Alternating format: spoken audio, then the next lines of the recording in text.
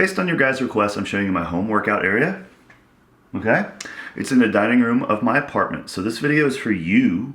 Okay? So this isn't just about me showing you my toys and my tools. I'm going to show you those. I'm going to show you why I selected what I selected. and what that's for, what I'm using these things for, but also I'm going to go over a little bit about the philosophy of why you should invest in some of your own equipment and put it in your home. Okay? So now let's start with the tour, and then I'll go on to the reasons why you need to buy some shit for yourself later in this video. Okay, so there's quite a lot of stuff sitting around here, lots of trinkets, doodads, and obviously it's jam-packed full of stuff. This is in my dining room, so right here is my bathroom. Right over there is my kitchen. Here's my living room. My office is right in here. So it is right, seriously, in the middle of my house. It is in the very heart of my apartment. Right here is my squat rack, okay? So this is a Rogue Monster RM6 version 1.0, which I bought on their website around Black Friday, and I saved about 25% because I did that. So if you're buying any Rogue products, especially racks or rigs, wait until that sale. It's the only sale they have all year round. Okay, so this is 1-inch hardware, not the standard 5/8 inch of a rack. You can Google those terms yourself to know the difference. What you need to know is that 5/8 inch is just perfectly fine. This flooring is actually, it's puzzle mat, so there. See that? The tolerance is really good from this brand. I don't know, it wasn't very expensive. I'd say I paid a couple $100 for this flooring altogether. I am extremely satisfied with the quality of it. And I would recommend buying speckled. Okay, so you notice I have gray speckled pattern. The reason you do that is because when you're chalking up, shut the fuck up for lifts, or you just drop dust and stuff gets dirty, you don't want just plain black flooring, you want something speckled. So this flooring was actually really cheap. It is in wood. Some people have commented about, what about cracking the floor in your apartment? No, not a problem. It's not a problem at all. Karate! Karate! Karate! I do have a landmine under here. I got it because, you know, honestly, when you buy a rack, you might as well just buy all the accessories with it. So the Monster rack has quite a lot of different attachments you can get for the rack. So I do use the landmine mainly for bent over rows. Okay, so this is a little conspicuous. This, I've created a standing desk, all right, in my rack. Now, it doesn't actually get in the way.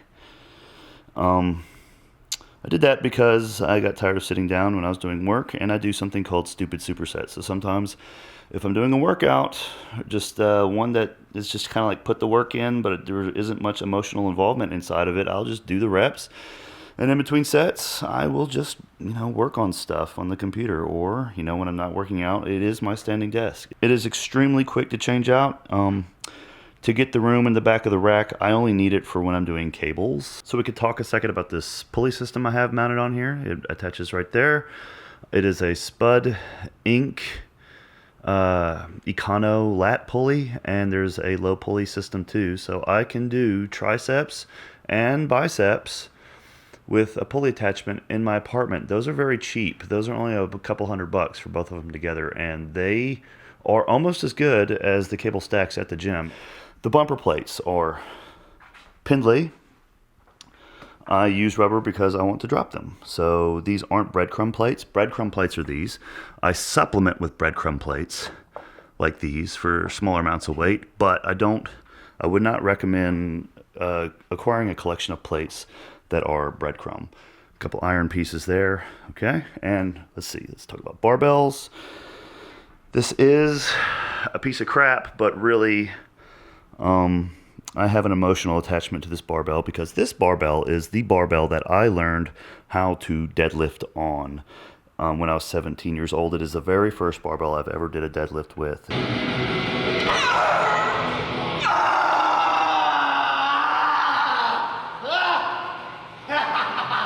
And when my gym closed in 2009, my old one, I took it with me, and it is an old friend, and this is why I continue to use this bar.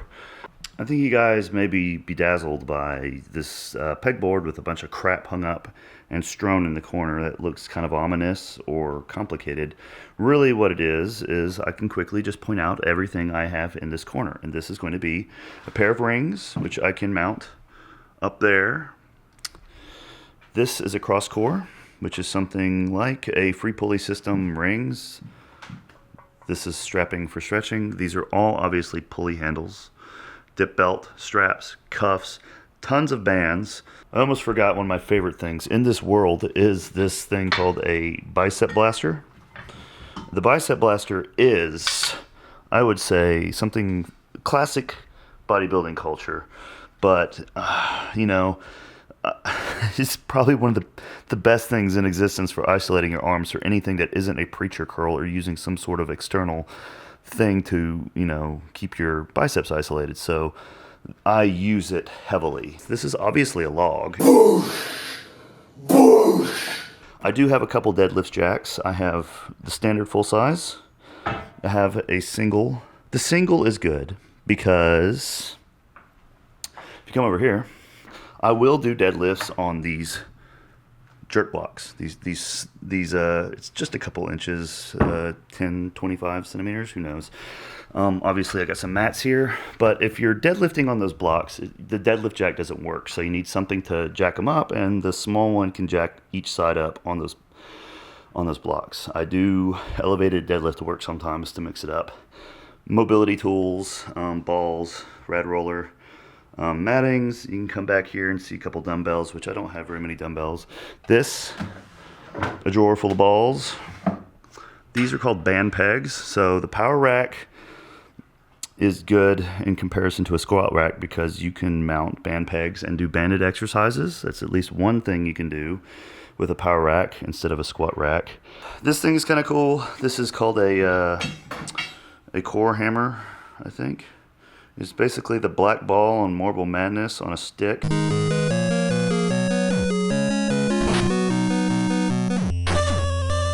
Which you smack things with, like Diglets.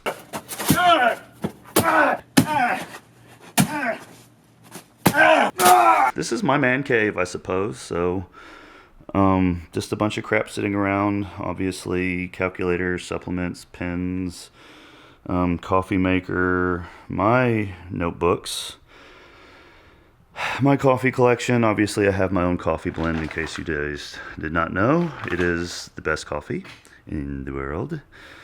Supplements, posters of various things that I like, chalkboard, you name it, clothes hanging on the wall. I basically just turned this into my man cave. And yeah, car seat, fan. I mean, that's basically it. The sky's the limit. This is basically my little hangout area. All right, so show and tell is done. So again, some of these are just toys, things I just wanted. And some of these things are tools, things that I really benefit from in my craft. Now, let me tell you why you should get some of your own equipment, okay? I really suggest you buy some stuff for yourself and stick it in your house. Start with the essential, which is a barbell and some plates. Anyone can benefit from those tools. And keep it in close proximity. Keep it next to your computer. Keep it in your bedroom. Keep it in your living room. Keep it anywhere nearby where when you walk by it, you have the opportunity to do some movements with it. Anyone can benefit from that. You can get the cheapest thing you can and work with it. When I started doing this, when I still lived at my parents' house, I had a hand-me-down barbell that my dad bought from a garage sale and thought I might want it. It was literally 95 pounds. It's still over there, actually. I still have it. It's 95 pounds fully loaded. And I would clean that thing up in my bedroom. This is when I was like 24. And I would just do sets of 10 a front squat every now and again. And I think it really helped me. It helped me recover faster because it was pumping blood into those muscles at regular intervals. It got that pattern ingrained much better because it's sort of like a grease the groove thing.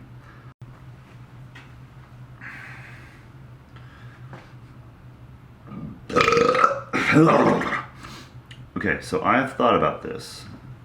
And for the past year, I think a lot of my progress has come from having this set up in my apartment. Why? Because to do the broad skill set that I can do, including the feats of strength and flexibility and the bodybuilding and the powerlifting and the acrobatic tricks, all of this stuff combined, along with all the business aspects I have to take into account, I have to answer an insane amount of emails and do a lot of the work myself on, my web productions, including all the editing for all my videos, and I still work a day job, and I have a relationship, so I have a lot going on. These are excuses, sure, but this setup right here has turned my perception of what it means to get results from training. So what I mean is this.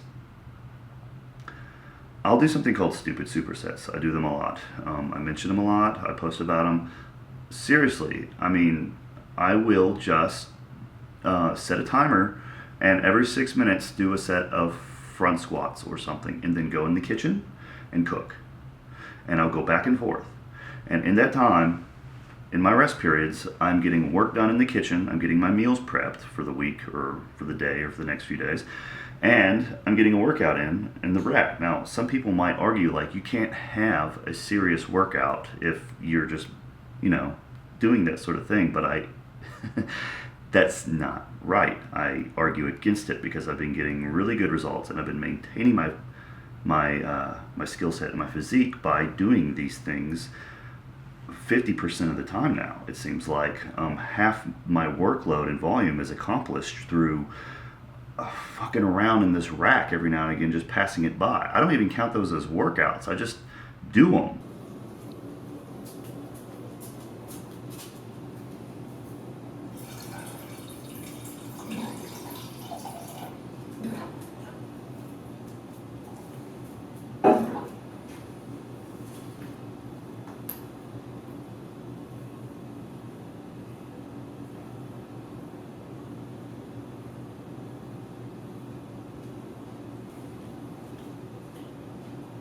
The best people do sort of like a mix. They train at the gym and they have a home gym setup.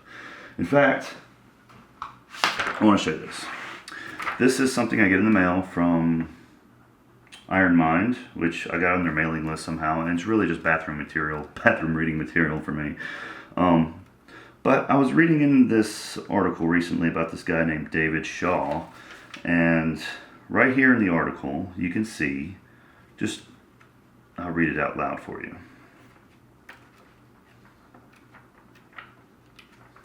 Where the fuck is it?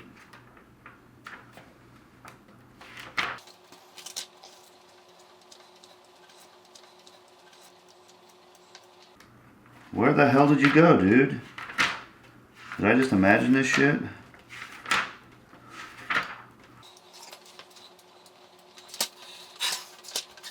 There! I found it. It's right there. A tribute to David Shaw. It says, David Shaw used his home gym throughout his career. Benches, squats, heavy rows, and curls were performed at home, but the deadlift was a different matter altogether. You need an energy to pull the deadlift, Shaw claimed. So David went to Samson's gym for the deadlift. This is a big dude. A home-built Hercules hoisting an 848-pound deadlift in competition. So this dude did almost all of his work, except for deadlift, at home in his garage. I can imagine, dude, this is probably in the 80s. It says in the article that he worked a day job. He probably just came home after work, had a couple beers with some buddies, and just started going ham in his garage gym or something. This is what I imagine. Maybe it's just completely wrong. But then maybe on Saturdays and Sundays he went to the gym and just made an event out of like some sort of crazy deadlifting workouts, So I really, really, really recommend you guys save up a couple $100, buy a barbell and some plates. All right. After that, attach a pull-up bar to a doorway, or you can do what I did instead of just stopping there. Adopt an area of your house and start putting things there and let it grow like a cancer that just starts to take over the house. It is literally spreading to the other side of the house, or apartment rather. When we get a house, me and my wife, I am actually going to still put this in the front of the house in the dining room. So when I first built this, I was thinking, man, you know what? I can't wait to have a garage gym because I'll be able to close off the doors and isolate myself and be like, I will be focused and not distracted. That's the benefit of a garage gym. But the more I started using this thing, and I was able just to take a piss without going inside the house, because I've worked out in a garage before. I used to work out in my parents' garage all the time. Take a piss without, I mean, literally like 6 steps away, 10 steps away. Kitchen, just, I thought I was shortchanging my results by being distracted. But what I really found was it worked out like this. During the times when I was putting in those workouts where I was talking about that I just had to put the work in without using the emotional energy, super helpful to have it just literally right here. And for those workouts where things started to get turned up a notch, I noticed that rather than being distracted by things like email or my wife or other things I had to do, I actually started to not want to do those as much in between sets. I would shut it off, so I just pace back and forth and breathe, turn up the music, start getting an extra cup of coffee or water, and just like, I literally shut it all off, and my workout was my workout as it would be if I was anywhere else. In fact, it's often more because I can blast music. I don't have to screw with headphones. I can do crazy crap.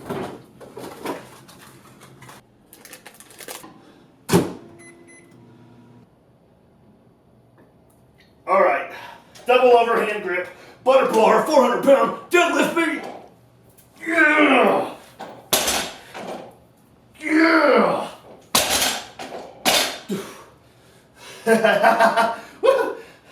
That's smooth. This is a mess. Yeah, I can break all the rules. I make my own rules up here. So in fact, I can get even to a more deeper zone here than I can in a lot of other places, with the exception of maybe something like a competitive setting or a setting where there's a lot of people watching, which I still put myself in, like I said. So this is awesome. And you might ask, well, how is my wife okay with me taking over part of the house here and just doing that? Well, the answer is I married the right woman, okay? But this is what I do. She sees how important it is to me. She likes my creativity, and so she supports it. In fact, I encourage her to use it as much as she can, and she likes to use it. She still goes to the gym more than she uses the rack herself, because she likes going to the gym more than this, but she does use it. She likes having it here. I will catch her every now and again rolling her spine on one of those foam roller things. I'll catch her every now and again just doing something over here, like squatting or holding on to something or whatever. I'll just be like, okay, yeah. It's nice. It's working out is a hygiene, just like sleeping, eating, shitting. Getting the blood moving in your body and exercising is almost like a hygiene thing. It's just an essential. It's a daily thing you have to do in order to not be like a mess. You have to get the body moving. It's for your best life. And just if you acknowledge that, then you will do something like prioritize it by allocating some space in your living area to where you can encourage and foster that type of need. That's it. I hope you guys got something from this video. I'm serious. Buy some shit and stick it in your home.